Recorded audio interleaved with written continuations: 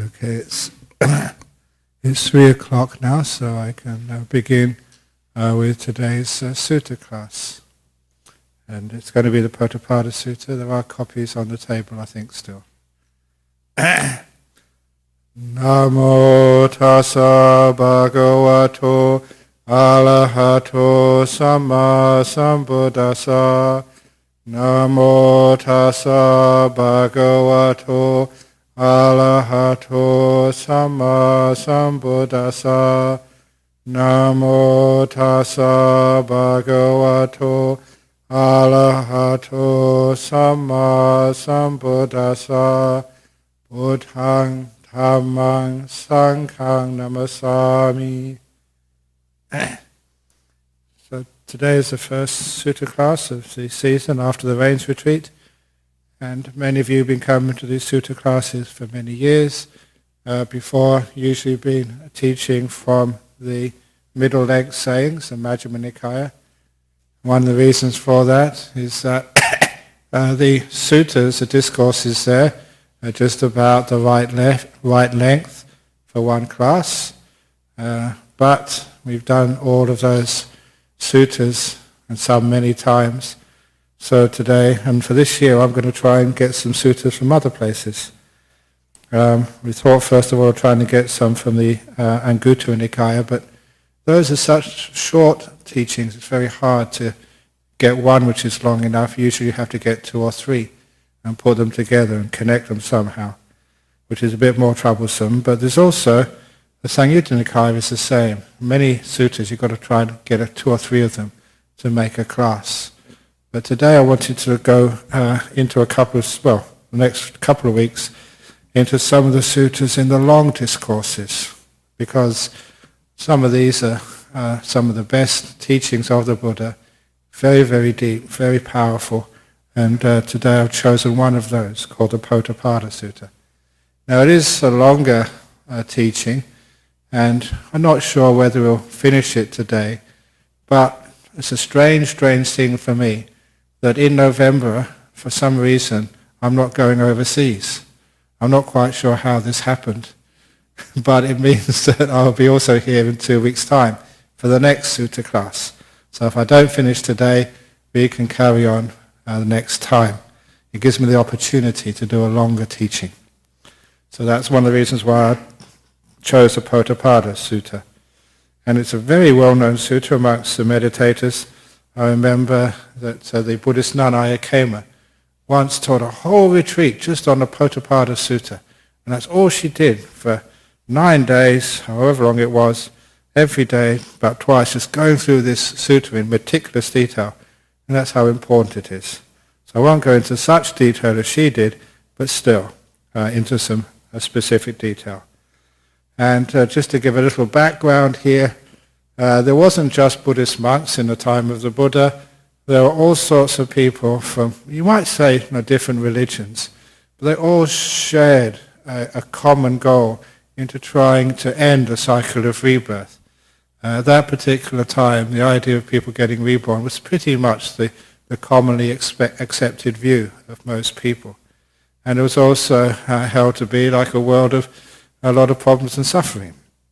So that their idea was to try somehow end this rebirth, end this cycle of continued coming back again and suffering. And so that there was many people from many different religions, as they say, trying different ways of trying to end this cycle of rebirth. And it's quite likely the biggest of all of those groups was not the Buddhists, but the Jains, who thought that the way to end rebirth was to extinguish all of your bad karma from the past by giving yourself a hard time in this life until you've worked out all of your bad karma. But there was also this group of wanderers who were much more free, in the sense that they would invite other people into their groups, talk, discuss, and try and find a way out of samsara. So it's very clear for those of you who read these suttas that the religious life of inquiry, of philosophy, of finding meaning in life was extremely strong in the time of the Buddha. So strong that it was common to find these wanderers, these Jains, these Buddhist monks in all parts of India. So, giving that as a background, I will now start the sutta. And if you haven't got a copy, again, it's usually a copy on the table. Hopefully we made enough today. Thus have I heard, once the Lord was staying at Savatthi in Jeta's Grove in Anathapindika's park. And at that time the wanderer, Potapada, was at the debating hall near the Tinduka tree in the single hall park of Queen Malika, with a large crowd of about 300 wanderers. Gives you another idea just how many people would be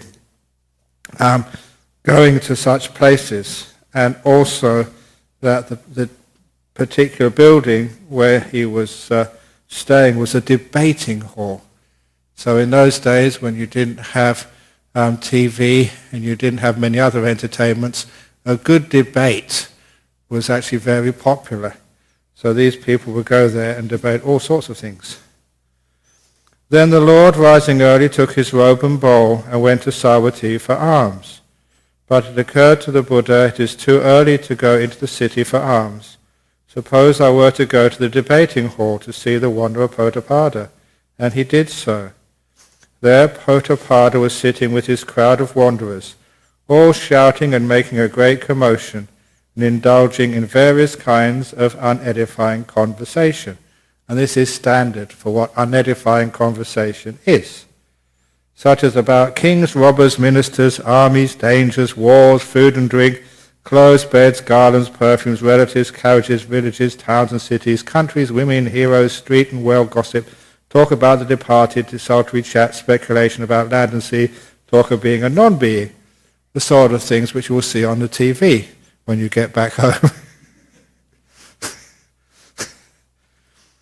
But Potapada saw the Lord coming from a distance, and so he called his followers to order, saying, "Be quiet, gentlemen, don't make a noise, gentlemen. That ascetic Gautama is coming," that's the Buddha, "and he likes quiet and speaks in praise of quiet. If he sees that this company is quiet, he will most likely want to come and visit us."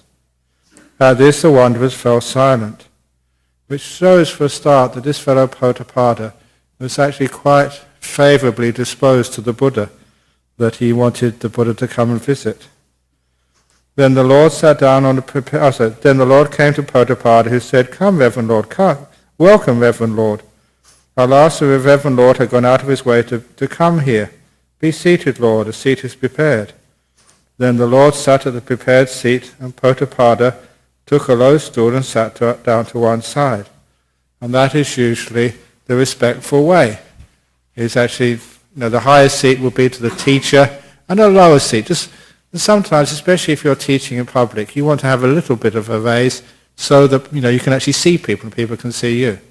But if ever you go to Asia, it's always the highest seat is for the teacher, and you take a lower seat in most formal situations. And also, always to one side, never directly in front of the teacher. Because I remember sometimes you give talks, and the same person, usually a girl, sits right in front of you. It's very distracting if you're giving a talk. You're trying to give a talk, and this girl is looking at you with a big smile all the time. Right, fine. So it's very respectful if you can just go a little bit to the left or a little bit to the right. And I can understand why this was a custom in that time. You never sit yourself straight in front. And the Lord said, "Potapada, what were you talking about? What conversation have I interrupted?"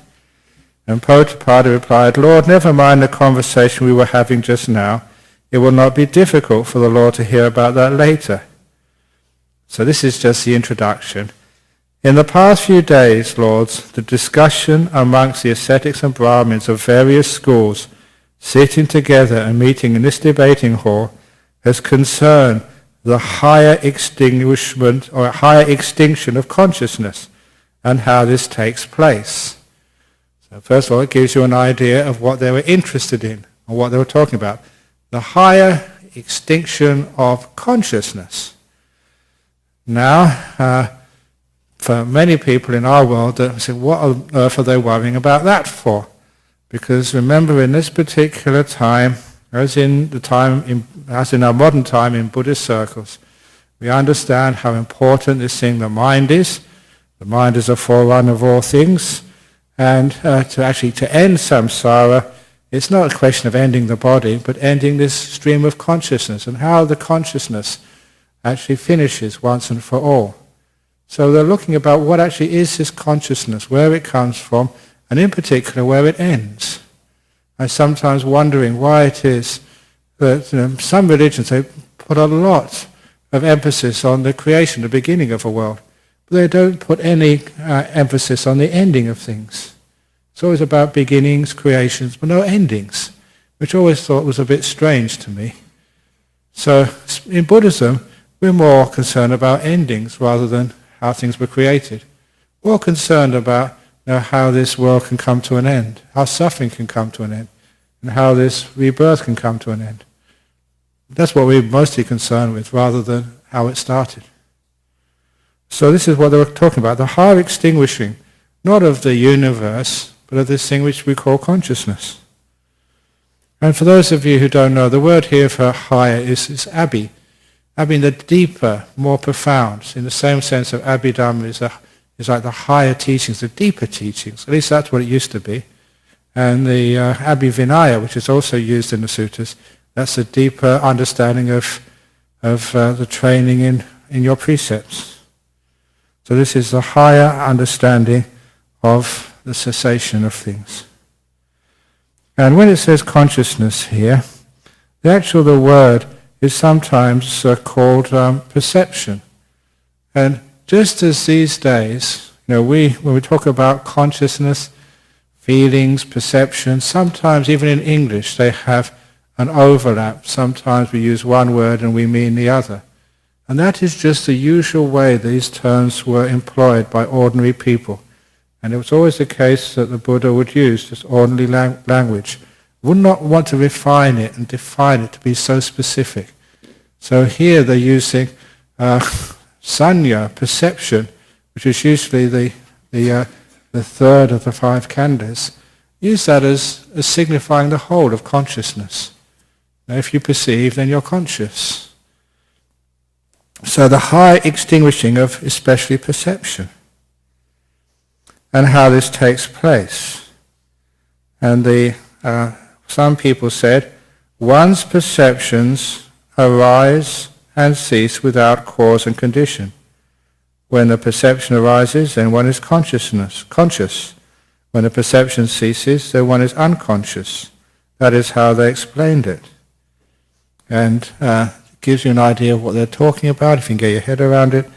They say that sometimes it just happens by chance. You can't actually give a cause, you can't give a reason why it starts or why it stops. This thing called consciousness.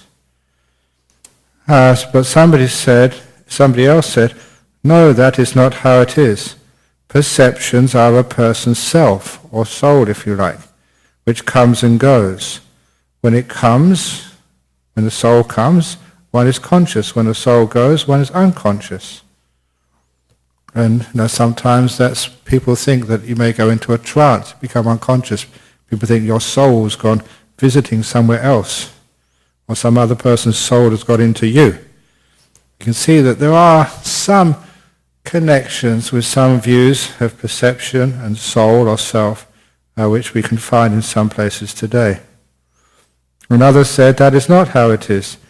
This is an interesting and fascinating, we have no connection with this today. There are ascetics and Brahmins of great powers, of psychic powers, and of great influence. They can draw down consciousness into a person and withdraw it. When they draw it down into them, they are conscious, and when they withdraw it, they are unconscious. It's as if there are special beings who can actually bring consciousness into a being and take it away again. As if some magician can take a doll or something and put consciousness into it and take it out again. And others said that is not how it is. There are deities of great powers, of great influence. They draw down consciousness into a person, they withdraw it. When they draw it down into them, they are conscious, and when they withdraw it, they are unconscious. And that's very similar to the Christian idea of a single God, putting consciousness into a being and taking it out afterwards. It was in this connection that I thought of the Lord, Buddha. Surely the blessed Lord, the welfarer, he is supremely skilled about these matters. The blessed Lord well understands the high extinction of consciousness. What then, Lord, is this higher extinction of consciousness?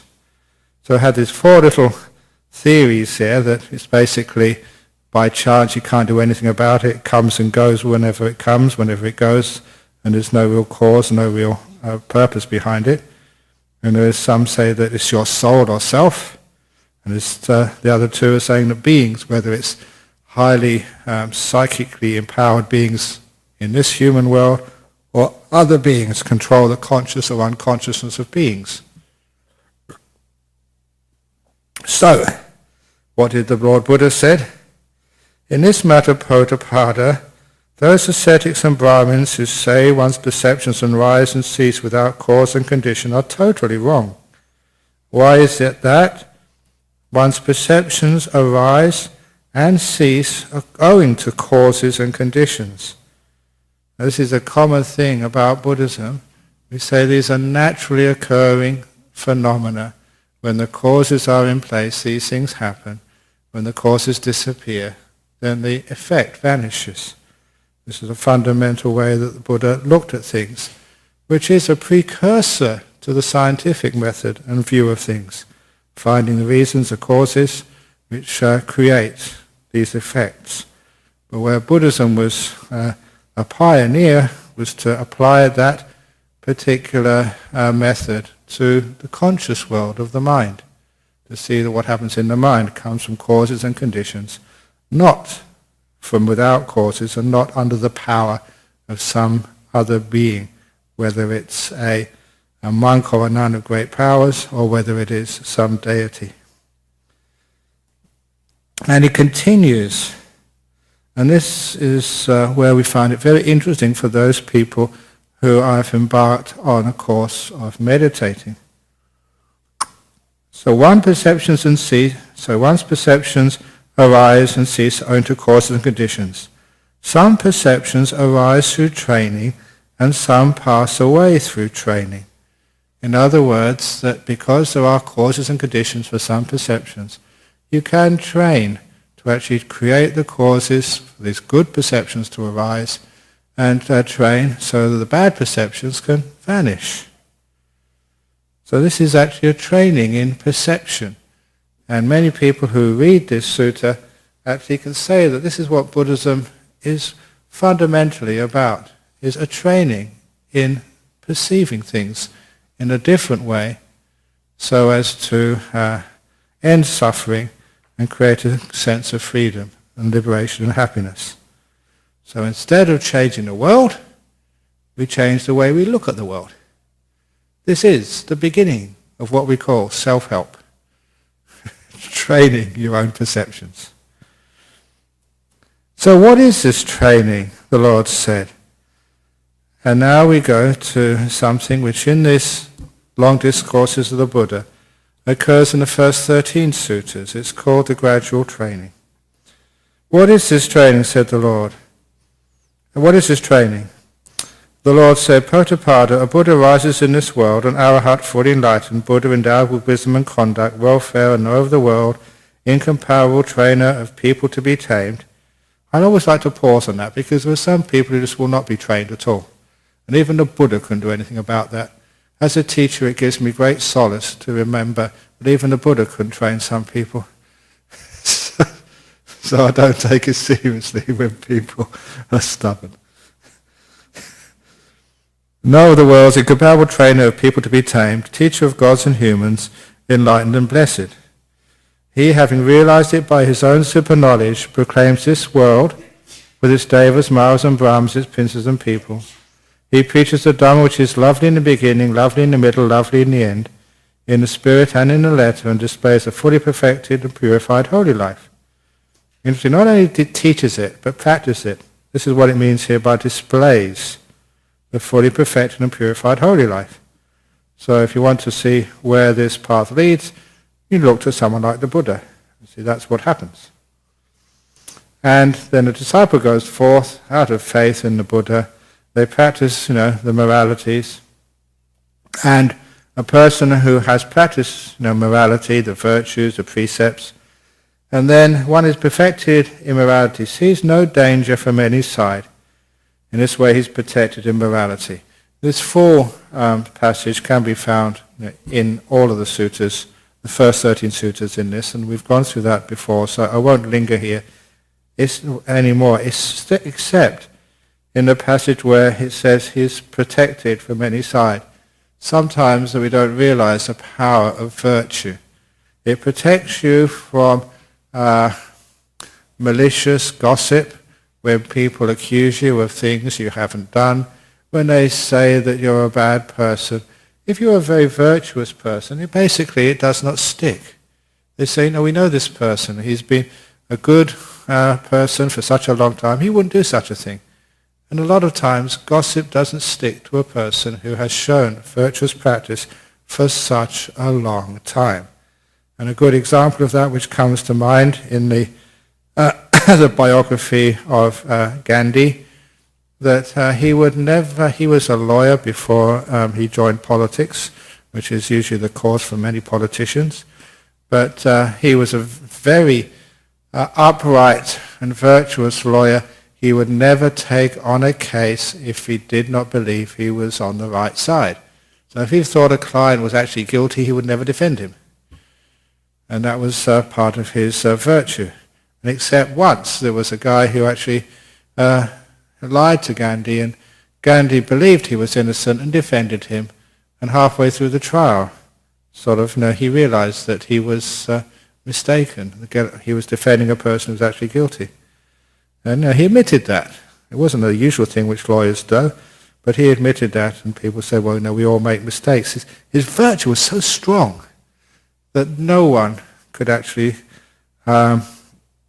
accuse him of things. And you'll find that if you have a strong sense of virtue, then you are protected from malicious accusations which aren't true. If your virtue is not that strong, then they'll say, well, he did this and he did that. We know he's done other things. So it's quite likely he did this bad act as well. Not only that, but your virtue also protects you when it comes to unseen beings. I do spend a lot of time in Malaysia and Singapore and Hong Kong, and there that so many times people think of beings possessing you, and it is common in my experience to notice that people who do keep precepts, they do keep 5 precepts at least and keep them well, or keep even more precepts, you have a power which you cannot see which protects you from unseen beings simply because of your morality, your virtue. I know this is not really part of this discourse, but I don't mind saying there was a woman many years ago whose mother came to Perth on a sort of family reunion. She was a Thai girl. Her mother got very sick, put in King Edward Hospital, and the girl was wondering whether this was her mum's last sickness. And there's many things I don't know happen in Perth. There was a medium, quite a well-known medium here in Perth. So she went to see this medium, gave the medium $20. Can you please find if this is my mother's last illness, if she's going to die? And the medium just asked, what is the hospital, the ward, and the room number? And she took the $20, went into a trance, and went into an astral body to go and visit this girl's mum. And a few minutes later, she came out of her trance and said, I found the hospital, I found the room, but I could not go inside. There was a force field around your mother. And the medium says, who is your mother? I've never seen this before. I just couldn't penetrate to find out whether she's going to survive or not. And that's when the Thai girl said, oh, my mother, she's a Buddhist nun. She's been a Buddhist nun for about 30, 40 years. At which point, the medium took back the $20. You should have told me beforehand.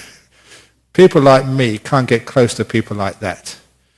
And that's a true little anecdote. And the reason I tell it was it's one anecdote amongst many, that when you keep precepts, you are actually protected. You've got a psychic force field around you, for want of a better word. So you are protected on all sides when you start keeping virtue. So, paragraph 8, paragraph 9 to 10. And then you guard the sense doors. In other words, you don't go looking around for things which will excite you or listen to things which is none of your business. In other words, instead of going out there into the world and getting burnt by the five senses, you keep the senses inside most of the time, only sending them out when you really have to. And after guiding the sense doors, then you suppress the five hindrances, and then you reach the first jhana. And you remain in it. And whatever sensations, it says of lust over here, but that is not such a good translation. It is of sensuality. Because the word lust, especially to do with boys and girls having sex and that type of desire and craving, the word here is much wider than that. It's thoughts of any sensory delight, with any sort of delightful object of seeing, hearing, smelling, tasting, or touching. So whatever sensations of sensory desire that he previously had disappear. And at that time there is present a true but subtle perception of delight and happiness, born of detachment. Now I often use this, as many meditators do, to actually describe in another way how it feels to be in a first jhana state. We usually have the standard description which you see everywhere else in the suttas. Here it's slightly different, complementary, not contradictory. And it's a beautiful little description there, saying that any of the five senses and the sensuality dependent upon them, they've disappeared. And in its place, there is a true but subtle perception. This is actually the object of that jhana. It's a perception, a way of seeing of true but subtle, not extreme, subtle perception of delight and happiness. That is the object. That's what you experience, the delight and happiness, the piti sukha. And it's born of detachment, created by the detachment from that five-sense world. And you become one who is conscious of this delight and happiness. That is your perception. That's what you're experiencing. In this way, some perceptions arise through training and some pass away through training. And this is that training, said the Buddha. So this is perceptions of the five senses vanish, and the perception of the delight and happiness takes its place. So sometimes people will ask me, what is the jhana? What are you actually experiencing there? This is where the Buddha is answering it very clearly. You're perceiving delight and happiness, born, created by something falling away. Yes?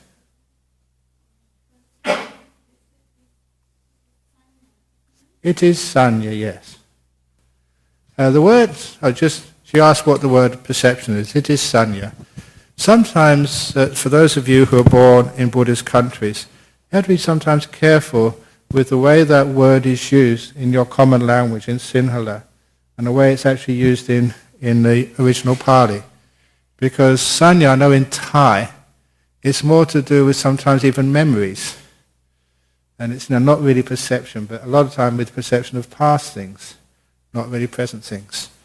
And sometimes you can see how that meaning of that word has developed and developed over many centuries.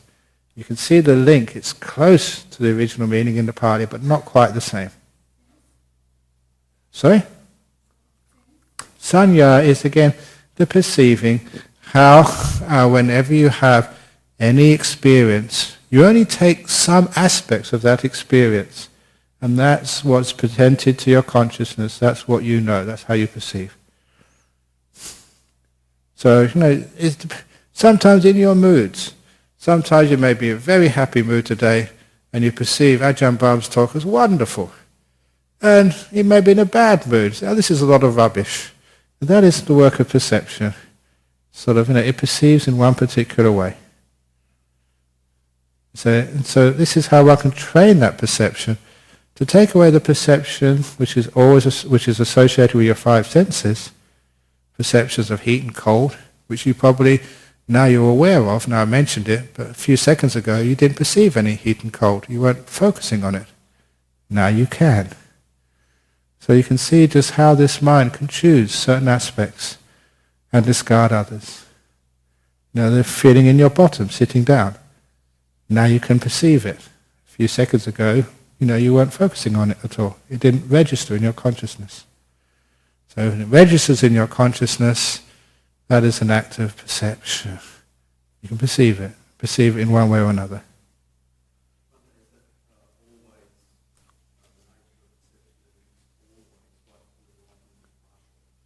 Is that the nature of perception? It's always partial. Yes, even when you're enlightened, it's always partial. There's just too many things to perceive. No way you can compute all of that. But the difference between an ordinary person and an enlightened person, you don't perceive it through any negative emotion.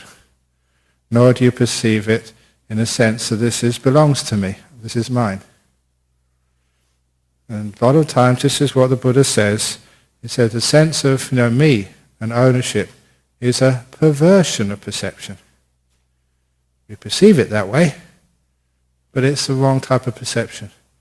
It's been bent. In a similar way that on a hot day like today, I'm sure as I go back later on, I'll see many mirages on the road. What looks like a pool of water on the road, but it's just, just the light being bent, appearing like a pool of water. It's a mirage. You perceive that, that's true, but you give it a meaning it does not deserve. That is a problem with perception. If you're enlightened, you understand it's just reflection, it's not a real pool of water. You understand this is just the work of the mind, it's not a self. It doesn't belong to me. So you see things as they truly are, without perversion. Of course, yes. The things you're not seeing. You've got 6 senses, you can't attend to all of them at the same time.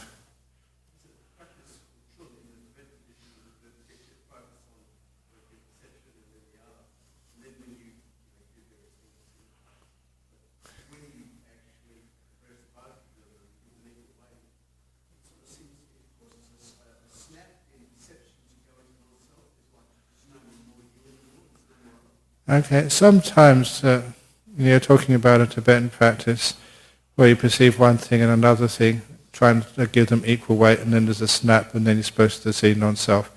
Sometimes I'm very dubious about these little tricks and fast ways. Maybe it's because I'm old and traditionalist, but I always like the old well-worn road of the Eightfold Path.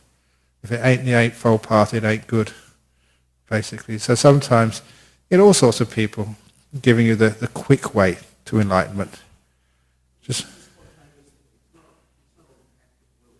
not spontaneous, not an act of will, but sometimes that sort of dissolution of one particular way of looking at it doesn't always create this non-self idea. You can create all sorts of other dissociations, which people like you will have to deal with afterwards. Sometimes it's a bit of craziness. So that's a dangerous path, in my word. Yes?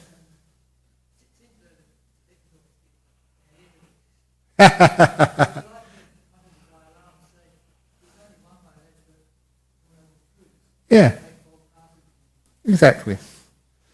Exactly. I mean, the same way with even in some Theravada or Mahayana, they always want to have a fast way. This is a quick way. And please, every time I've taken a shortcut, it always ended up taking longer time.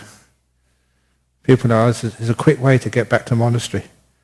And if you take that, and it's not the quick way, it takes a long, long time. So it's not just Tibetans, it's everybody. Always wanting the quick way. The quick way to get rich. And you know what happens to people like that. So anyway, they're just going to about the idea of perception. So this is the first jhana, and the important point of it is the one perception has vanished, another one has arisen. It's a training in one sense of perception.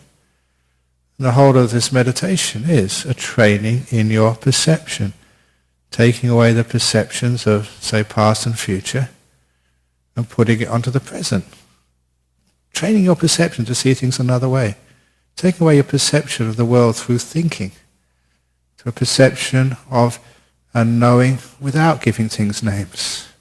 different type of perception. Training from that of perception of being all over the place to a perception which can focus on something like the breath with ease and seeing the breath change the way you perceive the breath.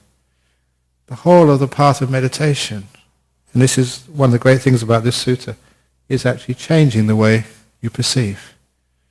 A training in perception. Okay, so we go further on. Again, we go through the other jhanas now. And mark with a subsiding, thinking and pondering, that's a movement of the mind.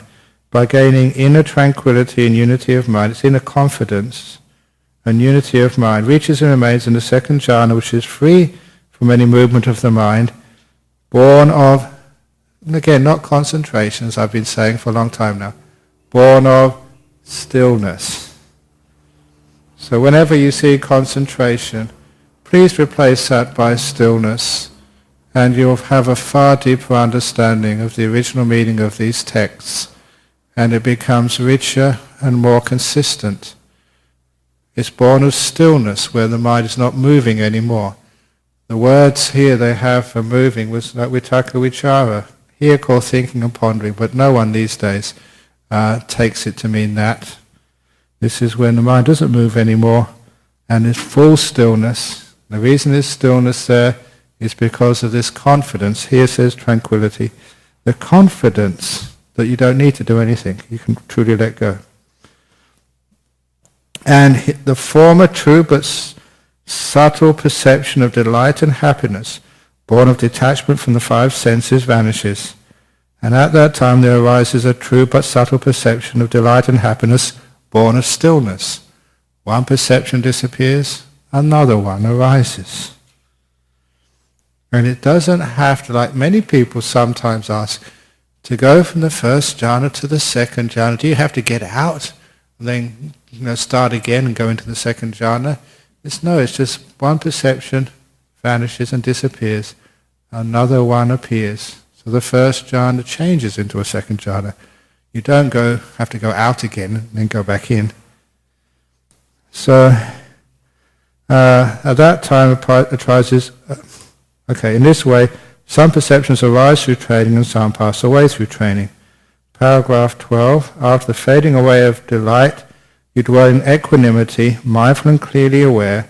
Experiencing the body means not the body is not there anymore. This is a idiom which means personally experience. It does not mean, we say you experience it with your own body, with your own mental body. It's your experience. It's not a theory anymore. It's not someone else's experience. What we would actually call these days direct experience. So you directly experience that pleasant feeling in which the noble ones say, happily dwells a person of equanimity and mindfulness. And you reach and remain in the third jhana.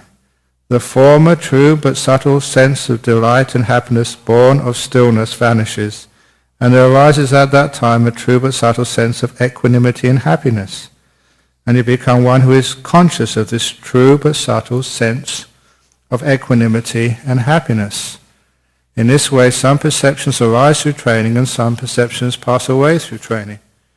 Again, with the abandonment of pleasure and pain, the physical part of pleasure and pain, which has gone a long time ago, disappearance of previous joy and grief, which is the Pali words for mental happiness and mental suffering, you reach and remain in the fourth jhana, a state beyond physical pleasure and pain, purified by equanimity and mindfulness. The former true but subtle sense of equanimity and happiness vanishes, and there arises a true but subtle sense of neither happiness nor unhappiness. And you become one who is conscious of this true but subtle sense of neither happiness nor unhappiness. In this way, some perceptions arise through training, and some pass away through training. And again, by passing entirely beyond bodily sensations, by disappearance of all sense of resistance, by non-attraction to the perception of diversity, seeing that space is unbounded, instead of infinite, unbounded. You reach and remain in the sphere of infinite space. And the best way to describe that is a simile which I used in happiness through meditation, otherwise known as mindfulness, bliss and beyond, are those people who can experience the present moment in their meditation will notice that time has almost vanished. You can think that there's hardly any time there at all because you're right in this moment. You can't measure it in seconds or minutes. There is no time. But nevertheless, the experience of being in the present moment is being like timeless. You've got all the time in the world. So it is a confluence of these two perceptions of infinite time and no time at all. It's like time being beyond measure. Now this is what they really mean by infinite space. Now don't think of infinite space as like being able to experience the whole universe right to the furthest galaxies. That's not what it's meant to be. It's meant the whole idea of space is actually about to lose its meaning. No space and infinite space coming together like no time and all the time in the world coming together in the experience of present moment awareness. And I think from that it's an experience which many of you have had, present moment awareness, all of you I hope, and that gives you a key from an experience which you've had to understand these first two of the immaterial states. Yes, Chris, you had a question? Dramatic?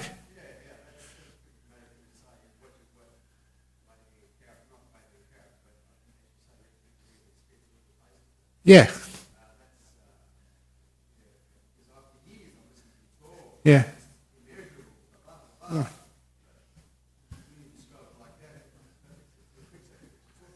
Good.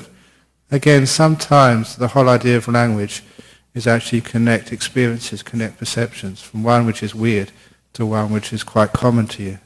So from the one you can just take that little step to understand the second. So it's the infinite space. It's like unmeasured, unbounded, unmeasurable is that concept now. It's neither there nor not there. Yeah. Okay. So, and again, this is a perception. This is a beautiful thing about this sutta here. It's focusing on one perception vanishing, another perception arising. This is a perception. So it says here, with the abandonment of... the number 14, sorry. You reaches and remains in the sphere of infinite space. In this way, some perceptions arise through training and some perceptions pass away through training. So that's a perception, similar to the perception of present moment. No time and infinite time.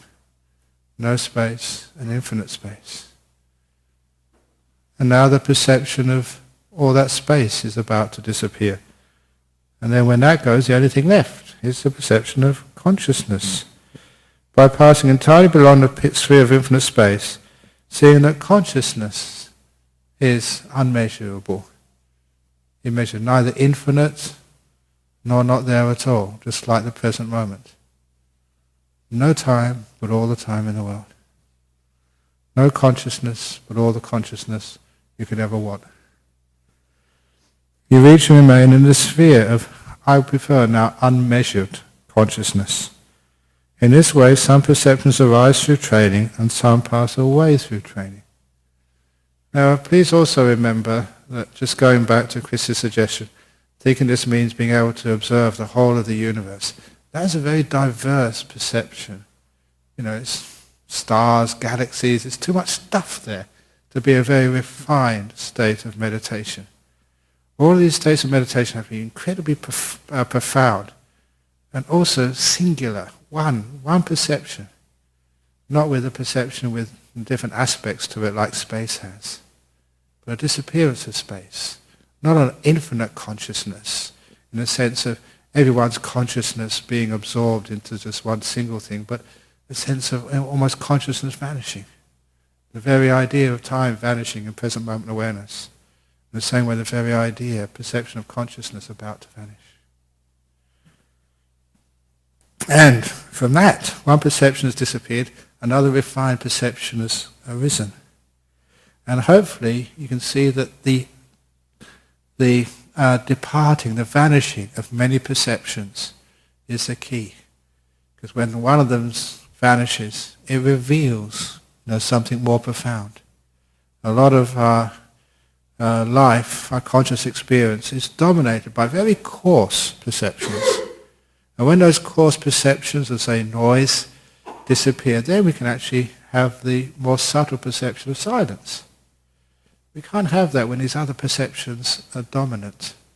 So when one of these vanishes, other ones come up. Okay, you can go on.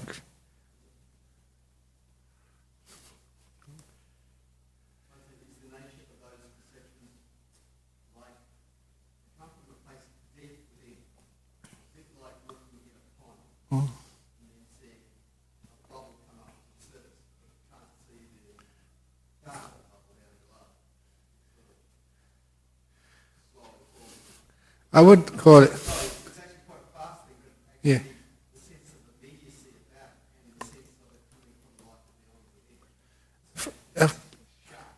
Yeah, coming from within is a reasonable way of looking at it. I know a long time ago that you went on holiday somewhere and you brought back some of those Russian dolls for me.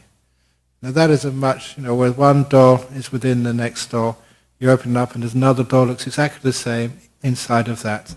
Now that is a much better analogy for what's happening here. Of course the outside doll disappears and you find out what's within it.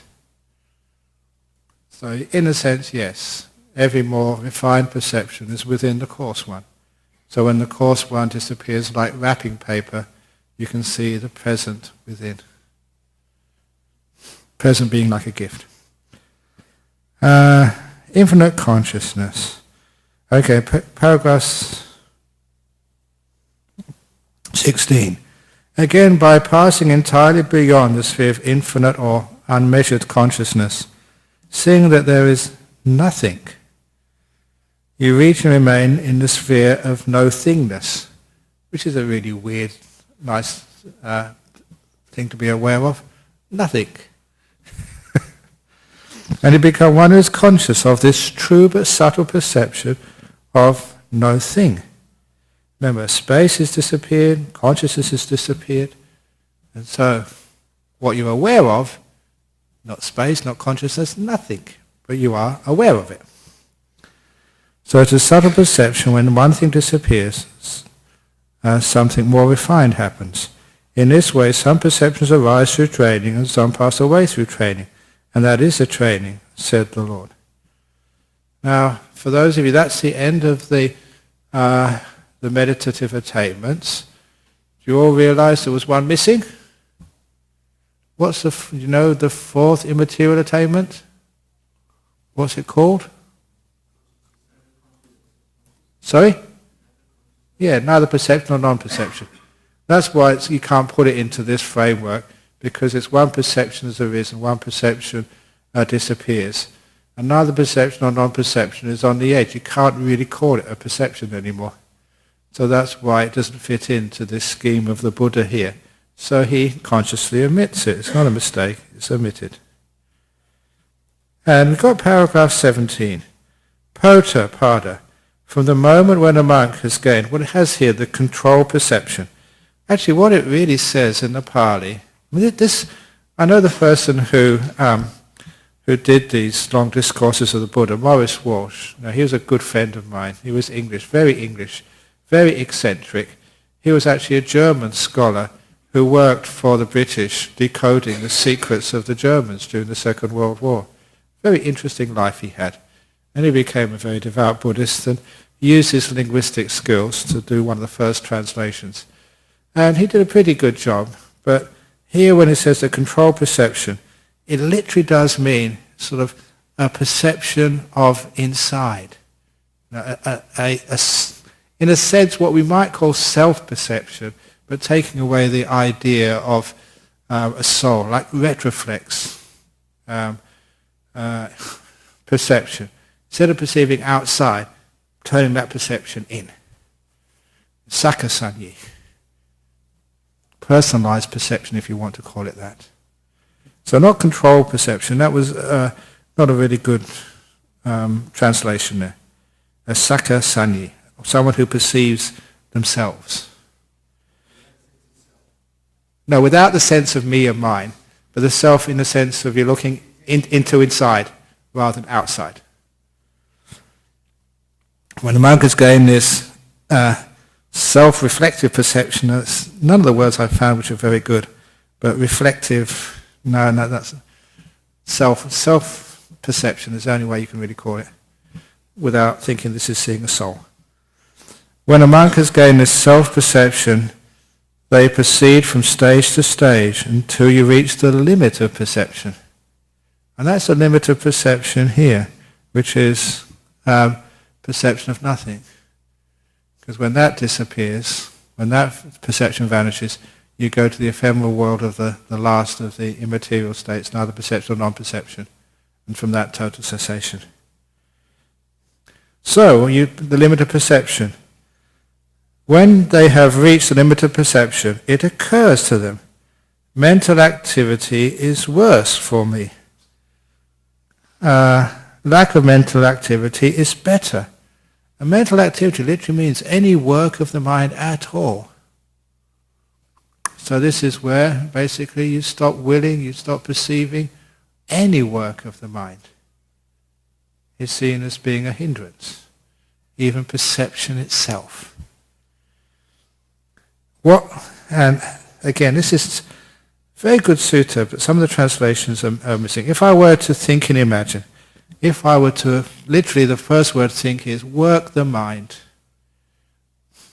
In other words, intend. It's called Chaitayang, very much connected to Chaitanya.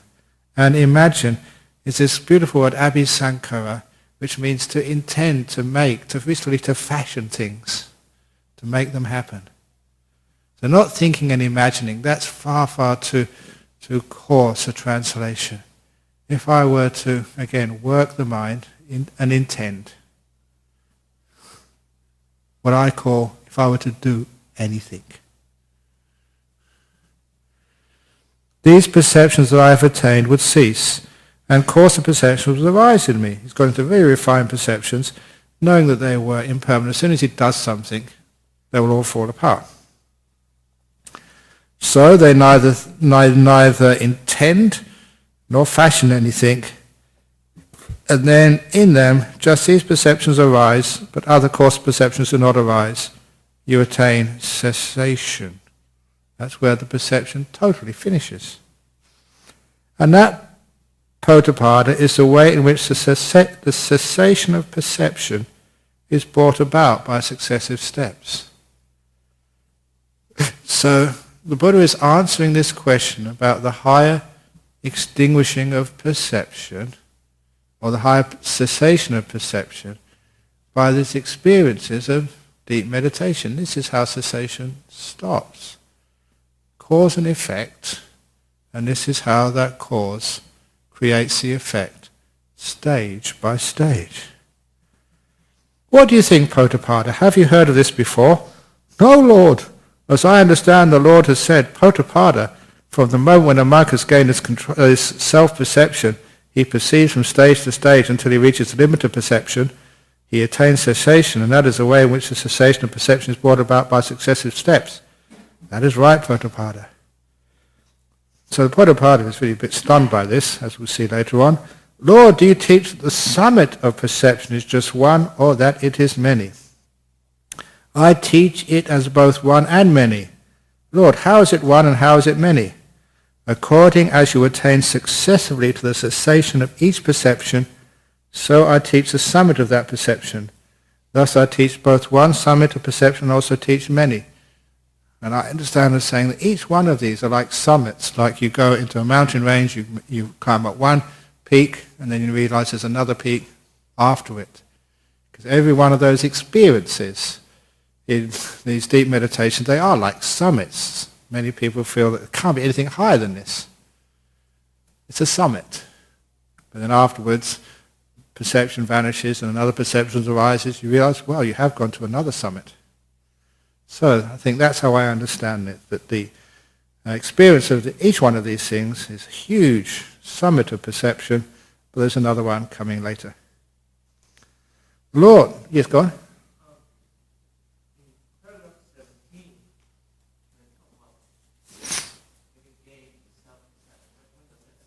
Oh no, no, no. It is just this whole attitude. It is of as soon as they get onto this path of actually basically looking within, perceiving just what's actually going on inside this thing which I call myself, instead of actually perceiving outside. When you start meditating, and you develop that skill to keep perceiving inside things, rather than sending your perception outside. Paragraph 20. Does perception arise before knowledge, or knowledge arise before perception, or do both arise simultaneously? Perception arises first, Potapada, then knowledge, and from the arising of perception comes the arising of knowledge. And one knows, thus conditioned, knowledge arises. In this way you can see how perception arises first and then knowledge, and that from the arising of perception comes the arising of knowledge. Now that may seem a sort of an obvious thing. Whatever you perceive gives you the bricks and mortar which make up your knowledge. But it's also very powerful to know that perception conditions your knowledge, and because many perceptions you have are limited, you haven't perceived much of this world, therefore your knowledge is restricted. All our knowledge is restricted by the limits of our perception. So a lot of times people go on and say they know this, they know that. That is true as far as their perception goes, that is true. But sometimes our perception goes far, far deeper, and that changes our knowledge. The old simile I have of the limited perceptions of the tadpole can never know what water is. But then when the tadpole becomes a frog and jumps outside of the lake, then it has some new perceptions of the absence of this thing called water. And that will be the cause for the knowledge of what water is. So that is why that sometimes we need to train with some of these really strange and weird perceptions, the true but subtle perceptions inside these deep states of meditation, for knowledge to truly arise. Knowledge does not arise through thinking. It arises through having perceptions, seeing things in a different way. That's why you can listen to this talk. It doesn't give you eyes to knowledge, but you perceive things in a different way, then knowledge arises.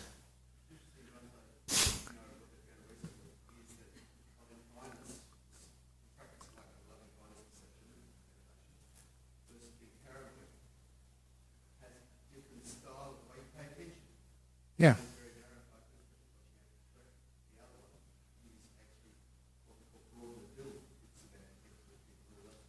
Okay.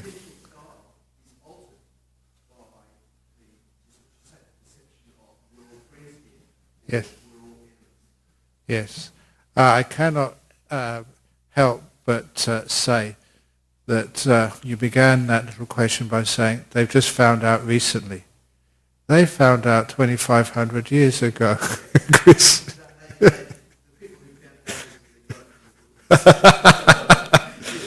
Okay. Sorry, I couldn't resist.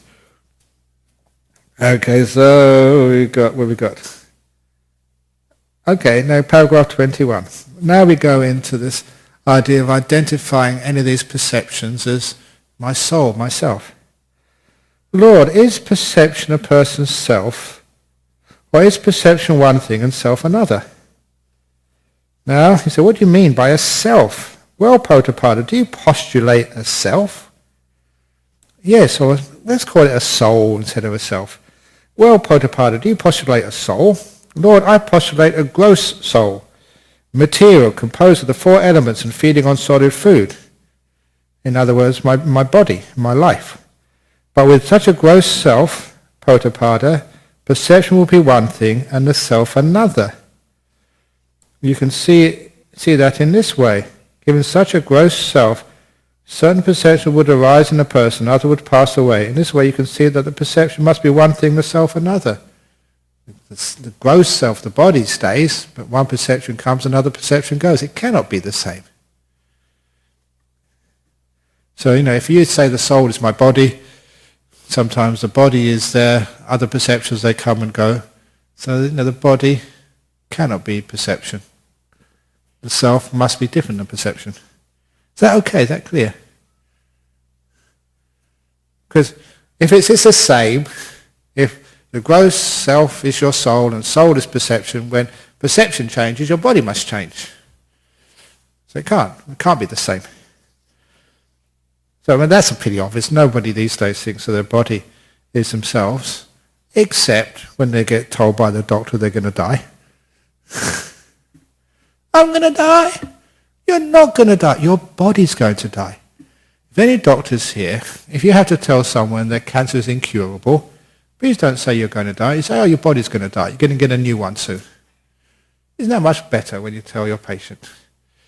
So, you've only got 3 months, not 3 months to live. You've only got 3 months in this old bomb of a body. You're going to get a new one soon. Wouldn't that be wonderful news? Yes, I'm going to get a new model. Instead of saying you're going to die, you've only got 3 months to live. They've only got 3 months to go on holiday to heaven. Okay, I think I'll put that point too long enough. So, paragraph 22. So Prabhupada says, okay, fair enough, my body can't be myself. I postulate a mind-made self, complete with all its parts, not defective in any sense organ. Now that is what we call like the astral body. And the reason he's saying that is because many people, either they can do that, well, not many people, but some people can just do that through meditation or other practices, leave their body and go astral traveling or whatever. Some people try and do that through what's it called, lucid dreaming, similar sort of stuff.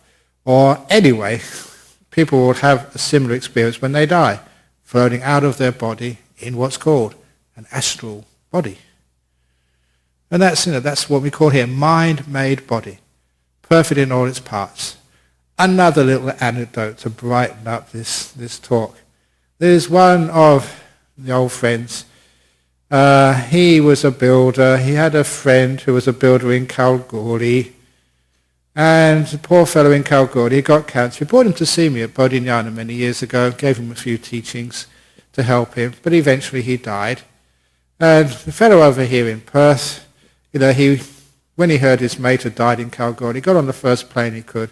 But by the time he got there, the coffin was closed, and the wife wouldn't open it anymore. So he went to the funeral service, and after the service, I think stayed a night, then came back to Perth. And a couple of days afterwards, in his home, which is Bull Creek, I think, he woke up in the middle of the night because his wife had elbowed him. For those of you who are married, apparently it happens quite often. And he turned around to sort of tell his wife off for waking him up, but then he realized his wife was fast asleep, and the elbow had come from the other side of the bed. So he turned around, and it was his mate who had died. It's a ghost. He saw him there, really clearly. And so immediately he turned around to his wife to wake her up, and then when he turned back in, he'd gone.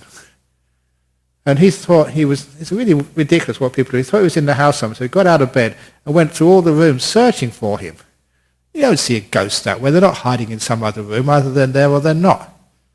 But what was really weird, this builder in Kalgoorlie was an Australian, would always, forever be wearing sort of thongs, shorts, and a singlet. But now he was wearing a suit with a polka dot bow tie. And he said, this is really weird, because never in my life have I seen him wearing stuff like that. And so he came to see me. And I said, well, look, who knows? Next time, you want to call up the widow, what you do now? Are you doing all right? Everything okay for you? Anything I can do? Because it was a close friend. Let's say those words and then just ask her in passing, oh, by the way, what was he wearing in his coffin? And of course, you know what happened. He came back and he said, Ajahn Brahm, it's amazing. I asked her that, and she said, he was wearing a suit and a bow tie. And I said, why did he never wear that in his life? I bought it for him. He would refuse to wear it, but I thought one last time in his coffin, he's going to wear a proper piece of clothing, a suit and a bow tie. And no way he could expect that. And that's how this guy appeared to him. as he was dressed in his coffin. So if you are a ghost, that's how you appear, as you're dressed in your coffin. So there is a reason for dressing up properly in your coffin. Because if you come and manifest to someone, that's how they will see you. Anyway, because that's what we call the mind-made body. It's that body with the clothing you're wearing at the time, it seems. That's how you appear. I say, that's myself. I postulate a mind-made self, complete with all the parts not defective of any sense organ. But again, with such a mind-made self, same argument. Perception comes and goes. So when the perception comes and goes, does your mind-made self come and go? And that's pretty constant. So it can't be the same as yourself. Okay, Lord, I have assumed a formless self made up of perception. Now that's a much more interesting thing. A self made up of perception. And the Buddha actually doesn't argue this. With such a formless self, perception will be one thing and self another. If that is really your soul, made up of perception, what he's actually saying there is perception is always changing. So this thing of soul is always changing. It's not the fundamental thing which is permanent, unchanging, the essence. It's just changing. So, then the poor Potapada, but Lord, is it possible for me to know whether perception is a person's self or whether perception is one thing and the self another? Potapada, Potapada's really doesn't understand what to do next. It is difficult for one of different views, a different faith, under different influences, with different pursuits and a different training to know whether these are two different things or not, self and perception. So basically the Buddha is saying, well, you need a bit more training. So he starts to ask these other things. Well, Lord, if this question of a self and perception is difficult for one like me, tell me something easy. Is the world eternal? Only this is true and the opposite false. Potapada, I have not declared that the world is eternal and that the opposite view is false. Well, Lord, is the world not eternal? I have not declared that. Well, Lord, is the world infinite? Not infinite. I have not declared that either. Well, Lord, is the soul the same as the body? Is the soul one thing, the body another? I have not declared that the soul is one thing and the body another. Well, Lord, does the Buddha exist after death? Is only this true and all else false? I have not declared that. Well, Lord, does the Buddha not exist after death? Both exist and not exist after death. Neither exist nor not exist after death. They're very good about every possibility. Either or, both or neither. Or neither nor. Yeah. Yeah. Yes.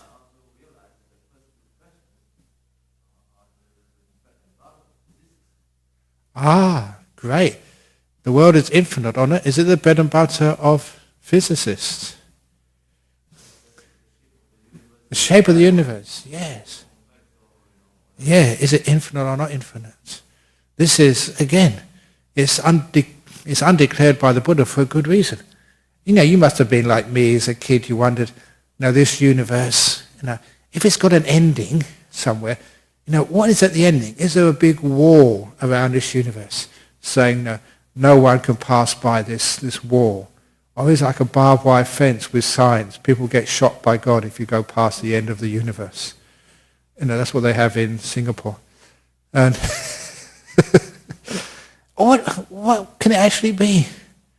And of course, the answer was, that this universe is curved. It's got a certain size, a certain volume. Ask any physicists and they can tell you what the volume of this universe is. But it's got no edges. So how can you have a certain volume without an edge around? And it's because your perception needs to be changed. One perception has to vanish and another perception has to arise to comprehend this.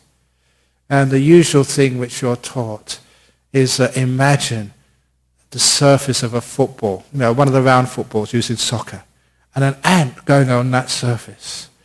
It can go on forever. There is no wall, there's no boundaries, there's no sign saying, ant, you can't go any further.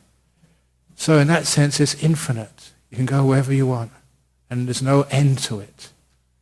But it's a certain area on that football. Was it 4 pi r squared, the surface area of a ball? There you go. And you can get that perception of the surface of a ball having an infinite area, in the sense you can go round and round, but it's actually a certain size area. In one sense infinite, in another sense finite. So even this universe, the size of this universe, you can't say it's finite. You can't say it's infinite. It has no edges, but it's got a certain size. No boundaries, but limited. He. And that's the truth of things. So the thing is, the perception, when you ask this, is it finite or infinite? They're asking the question from such a limited perception, they'll always get the wrong answers. When you expand your perception, and that's what life does, you start to see things from different ways and realize, hey, now you can answer the questions. The conundrum can never be answered with thinking. Expanding the perception, seeing things from a different angle. Now I can understand. Make sense? I was like, about time. Is time infinite? Or is time limited? What is time? It's great in Buddhism. They have all these Deva realms, where all these Deva realms have different perceptions of time. And it was wonderful that when you went to learn science, you find the faster you go in like a velocity, then time starts to really change. You've got the great experiment, which could be done, if we could somehow accelerate a human being evenly instead of accelerating one point of them and allowing the rest of the body to actually go at the same. In other words, when you go in a car, your back is being pushed. And because your back is being pushed by the seat, then the whole of your body also goes forward. But if you could somehow get every molecule in the body to be accelerated at the same rate, a different way of accelerating things, then you wouldn't have this terrible squashing or feeling of pressure in one part of your body. You'd be accelerate whatever speed you wanted without squashing or harming the human body. If every molecule could be somehow accelerated evenly. And then you can go as fast as you like. And even you can go to, say, Alpha Centauri, I think it's about 5 light years away, is it? 5 light years. Nothing can go faster than the speed of light, but you can get to Alpha Centauri in 5 minutes if you want. You can go so fast. You can get to the furthest of stars within an hour. But when you come back, you find that maybe 10 years has passed. But for you, only 10 minutes. Now that is a great thing about, this is just ordinary relativity, of how your perception of time needs to be bent according to reality. One person's perception of time is not the same as others. Please tell that to your boss when he thinks you're working too slow.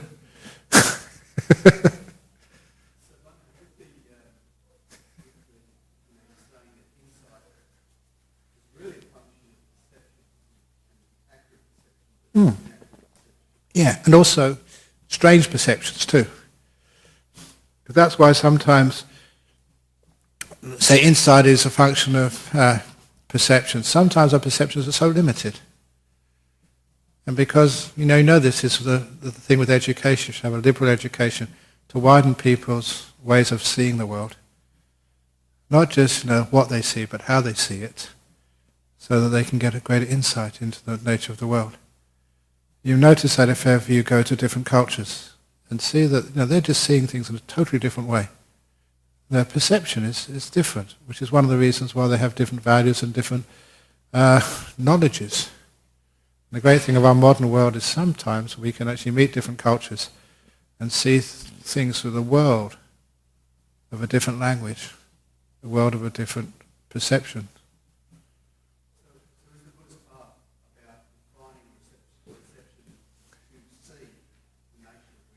Training perception, yes.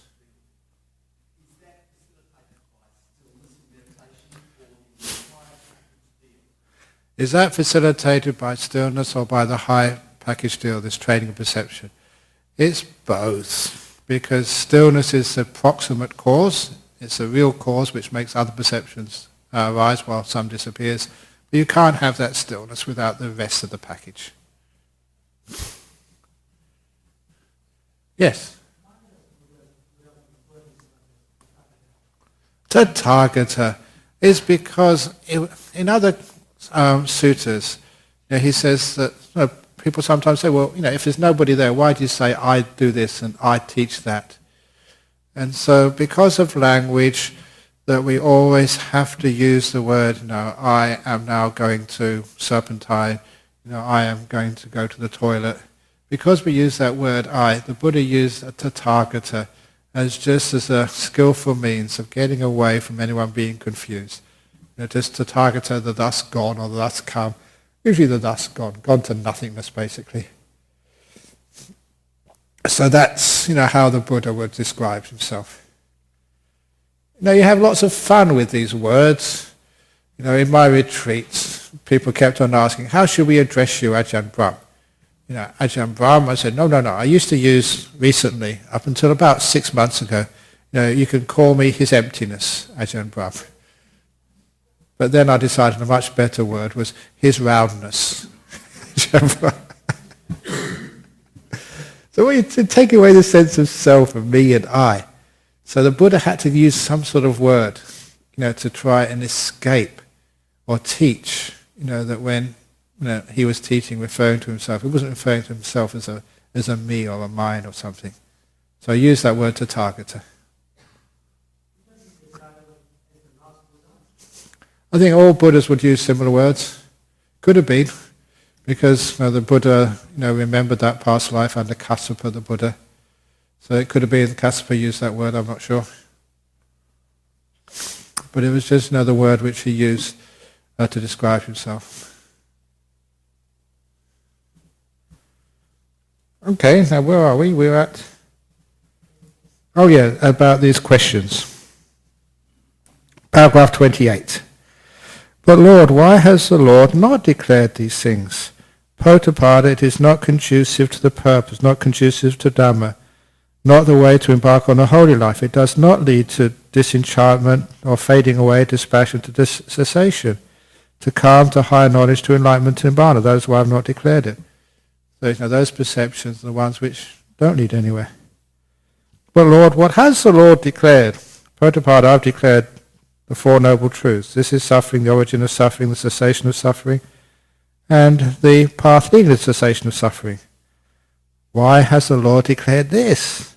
Because, Potapada, those four things are conducive to the purpose, conducive to Dhamma. It's the way to embark on the holy life. It leads to disenchantment, fading away, cessation, to calm, to higher knowledge, to enlightenment, to Nibbana. That is why I have declared it. So it is, Lord, so it is, Wayfarer. And now is the time for the Blessed One to do as he sees fit. Remember, the Buddha was just passing by on the way an alms round. So now he had to go and collect his lunch. So it is, Lord, so it is, Wayfarer. Now is the time for the Blessed One, Lord, to do as he sees fit. And then the Lord rose from his seat and went away. This is a passage I always like in the sutta. Then the wanderers, as soon as the Lord had left, reproached, sneered, and jeered at Potapada from all sides, saying, whatever that ascetic Gautama says, Potapada agrees with it. So it is, Lord. So it is, Lord. We don't understand a word of the ascetic Gautama's whole discourse. Is this world eternal or not? Is it finite or infinite? Is the soul the same as the body? Does the Tathagata exist after death or no, or both or neither? And Potapada replied to say, I don't understand either about whether the world is eternal or not, or whether the Tathagata exists after death or not, or both or neither. But the ascetic Gautama teaches a true and real way of practice, which is consonant with Dhamma and grounded in Dhamma. And why should not a man like me express approval of such a true and real practice, so well taught by the ascetic Gautama? That's an interesting little point there. Because the Buddha, what he did teach was something you could grasp and understand as a true way. He didn't go into sort of this weird stuff which people would like to talk about, but which you can't really sort of tie down. So what Potapada was very impressed with was what the Buddha did explain, made sense, and was comprehensible. And that's what impressed him. Now, I'm going to finish here But just to go back to one of these, why the Buddha didn't declare these things, and especially paragraph 27. Does the Tathagata exist after death? I thought that the Buddha is supposed to cease, supposed to not exist after death. Isn't that the point of cessation? Ending samsara, no more being? You say the Tathagata does not exist after death, both exists and not exists, or neither exists nor not exists. And the answer to that was in a beautiful sutta where this was asked of Venerable Sariputta. And Venerable Sariputta says, well, the Tathagata right now, what is the Tathagata right now? Now, is this Tathagata, this Buddha you see here, is it the body? Is that the Buddha? No, it's not the Buddha. Is it the Vedana, the feelings he has? Is that who he is? No, that's not who he is. Is it the perception? Is that what the Buddha is? Is it the Sankhara, including the will? Is that what the Buddha is? No, that's not the Buddha. Is it the consciousness? Is that the Buddha? These are the five khandhas. They say, is either one of these the Buddha? No. All of these ones taken together, is that the Buddha? No, because these things come and go. They can't be the Buddha. Is there something apart from the five khandhas of the Buddha? No, there's only the five khandhas. And then Sariputta says, well, you can't even see the Buddha now. So what are you saying, that something gets annihilated at death and doesn't exist? This is the reason why the Buddha never answers that question. Because does the Tathagata exist after death or not exist after death? It doesn't exist now. So the whole question is wrongly formulated. And so, in the end, Sariputta asked Udayan, but if someone asks you that question now, what would be the right answer? And the right answer, according to Sariputta, because Udayan gave the right answer, would be yes. He said, right now the Tathagata, or even you, there's just five khandhas arising and passing away. At the Parinibbana, they passed away, they don't arise again. That's how you answer that question. Very lovely. Okay. So from the very beginning. Okay, so the right answer is that you can't see a Tathagata. All you can see is five khandhas arising and passing away. That's all there ever was.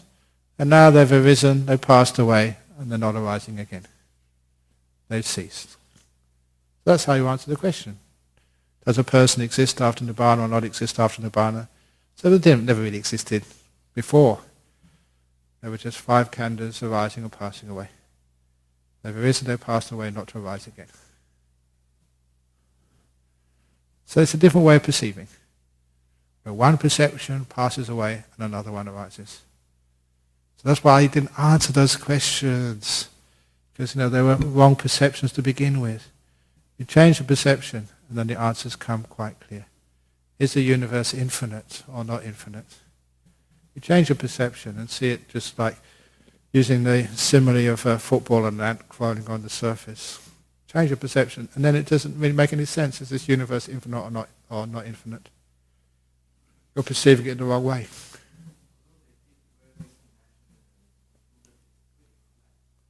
Pretty flat, but still, it's still pretty flat, but still enough bend in it to keep it limited size, but without any boundaries. It's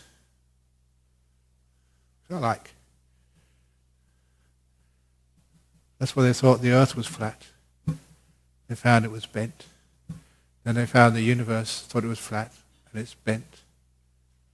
And each one of you, you're not flat, you're bent too.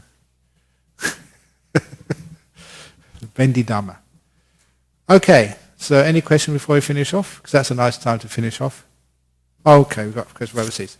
Okay, we're going to carry on the next time I come here, which has been 2 weeks' time. Mary, why did you say just next week? Okay, so yeah. So it is, the next one will be 2 weeks when I do part 2 of the Potthapada Sutta. But first of all, we've got some questions from overseas to show that our internet is working again. Oh, this is not from overseas. There's 2 of them from Perth. Okay. Well, maybe just south of the river. At paragraph 17, the cessation is cessation of mind. Is this the end stage of a death process? No, because of the death process, the mind doesn't cease. It continues on. This is the end stage called parinibbana. And after a person dies, the consciousness continues, as Professor Pim van Lommel proved. And at paragraph 20, am I correct to read this as another application of the principle of Buddhist causality, not just being confined to explain dependent origination for rebirth? Where's paragraph 20 gone? See what paragraph 20 is? Oh.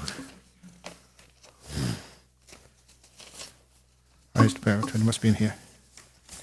Paragraph 20. Perception arises before knowledge. Buddhist causality? In a sense, yes. Causality applies all over in Buddhism, and especially here, the causality of some of the mental things in our world, and the causality of this particular thing called knowledge. So perception first, knowledge afterwards. So causality is not just it's not just dependent origination from birth. It's a causality which everything. The causality, like for example, just why do people lie? So I've given talks on that recently. That why do people lie? There must be a cause for it. Don't try and just make people afraid of lying. They're going to get punished. So make it so that they are praised for telling the truth. Because a lot of times people lie because of fear. He will kill me if he found out how much I spent this afternoon on the computer using the credit card. That's why people lie. Because lying means they don't get into so much trouble. So if we can make it so whenever you lie, telling the truth is always less trouble, then people won't lie. There's many causes and effects. So, why do people rob banks? Don't try and just put them in jail and punish them. Try and find a cause for it. Like we were saying the other day, bullying. Why does bullying happen? One of the causes is, say, like hierarchies. Whenever there's a hierarchy, in offices, in military, even in monasteries, if there's any hierarchy, there will always be the opportunity for bullying. People with more power abusing their power to others. It doesn't always happen, but the less hierarchies we have, then the less bullying we will have. That also happens in schools. So that's the examples of cause and effect. And lastly, from Romania, I'm confused about avoiding the fire of the senses. Doesn't mean that a Buddhist must eat disgusting food, never listen to fine music, never listen to jokes or watch TV. No, please carry on listening to my jokes. You can ask, avoiding the fire of the senses. They don't call that, they call restraining the senses. So it's okay to eat the food which you can digest, which is always a food you like. If you eat disgusting food, and I've done that enough in my life when I was in Thailand, so I've done my bit for disgusting food, and all it does, you can't digest it. Simply because disgusting food, saliva doesn't come out of the mouth, bile and this other stuff which digests food just doesn't get secreted. So it's obvious, the cause for digestion is not there. It's got to taste good for it to be digested. Just simple cause and effect. So what we do, we restrain the senses so we don't pig out.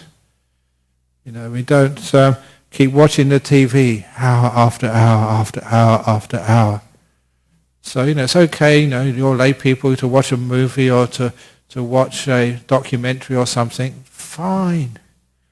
But that's restraining the senses rather than fighting the senses. So you can listen to fine music, but don't do too much fine music. Do more meditation. So you can do that, but just middle way, restraint, so it doesn't obsess you. And that way, eventually, the senses, they don't run you. You don't have a soap opera. I've got to listen to this. I must listen to this. It's the final episode of whatever soap opera it is. So many people, they're owned by the TV. By the TV guide runs their life. But don't be a person like that. I hope that's what you mean. So anyway, that's the talk for today, 4:30. I'm finishing on time for a change. That's great. So we now pay respects to Buddha, Dhamma, Sangha, and then we can get ready to go and do what we need to do.